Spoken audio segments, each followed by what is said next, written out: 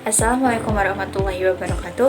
Halo teman-teman, perkenalkan saya Alif Kisaria dari kelas 5A jurusan Ilmu Perpustakaan dan Informasi Islam. Di sini saya akan membahas mengenai peran pustakawan dalam pengembangan koleksi. Di balik layar itu, pustakawan memiliki peran krusial terutama dalam bab hukum dan legalitas dalam pengembangan koleksi. Berdasarkan referensi dari buku Collection Management Basic, terdapat 6 peran pustakawan dalam pengembangan koleksi.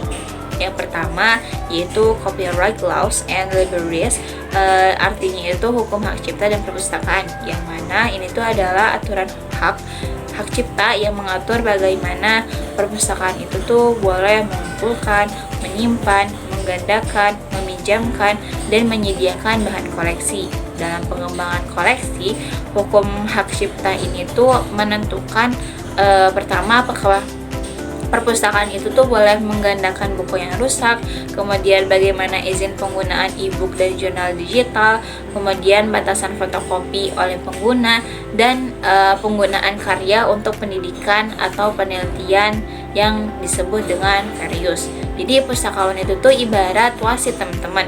Di satu sisi mereka itu harus menghargai hak cipta penulis agar karyanya itu tidak dibajak, tapi di sisi lain mereka itu harus menjamin hak kita untuk mengakses informasi demi pendidikan, dan yang mana itu tuh pustakawan itu harus berani bilang boleh untuk fotokopi atau scan artikel demi tujuan belajar, tapi juga harus tegas gitu bilang tidak boleh kalau itu tuh melanggar hukum. Jadi para pustakawan memastikan kita bisa belajar tanpa melanggar hukum. Yang kedua yaitu Digital Millennium Copyright Act atau DMCA. Nah, DMCA ini tuh adalah hukum Amerika Serikat yang mengatur hak cipta di dunia digital. Dalam pengembangan koleksi perpustakaan, DMCA ini tuh berpengaruh pada pertama, pembatasan menghapus atau menembus DRM pada e-book, film, software, kemudian prosedur penghapusan konten digital ilegal atau takedown, aturan ketika perpustakaan mengelola repository digital.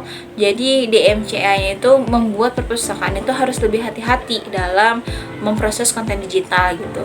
Kemudian yang ketiga yaitu Digital Right Management, atau DRM. DRM ini tuh adalah teknologi pengaman yang membatasi bagaimana file digital atau seperti e-book, film, jurnal itu digunakan. Jadi dalam pengembangan koleksi, DRM ini tuh mempengaruhi berapa banyak pengguna yang bisa mengakses e-book secara bersamaan. Kemudian apakah filenya itu dapat dicetak, diunduh, atau hanya bisa dibaca secara online saja.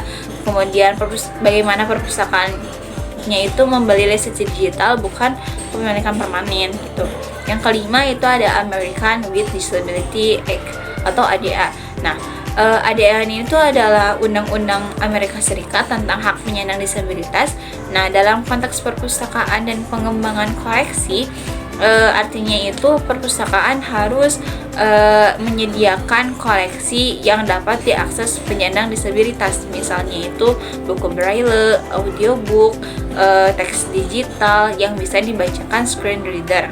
Kemudian memastikan layanan perpustakaan inklusif, kemudian menyediakan fasilitas atau format alternatif bagi pengguna yang tidak dapat menggunakan format standar. Dan yang terakhir yaitu pustakawan sebagai penjaga rahasia atau privasi. Yang mana privasi itu tuh berkaitan dengan kerahasiaan informasi dan aktivitas pengguna perpustakaan. Dalam pengembangan koleksi, privasi mempengaruhi pertama pengelolaan data peminjaman, yang mana hal itu tuh tidak boleh disebarkan. Kemudian sistem digital yang melacak aktivitas pengguna, kemudian kebijakan penggunaan e-book atau database yang memantau pembaca, yang mana privasi ini tuh dianggap bagian penting dari kebebasan intelektual gitu. Jadi teman-teman, pustakawan itu tuh harus sangat teliti dan tanggung jawab gitu dalam memilih koleksi agar tidak terjadi kekeliruan, kekurangan maupun kesalahan. Sekian dan terima kasih dari saya. Mohon maaf apabila ada kesalahan. Assalamualaikum warahmatullahi wabarakatuh.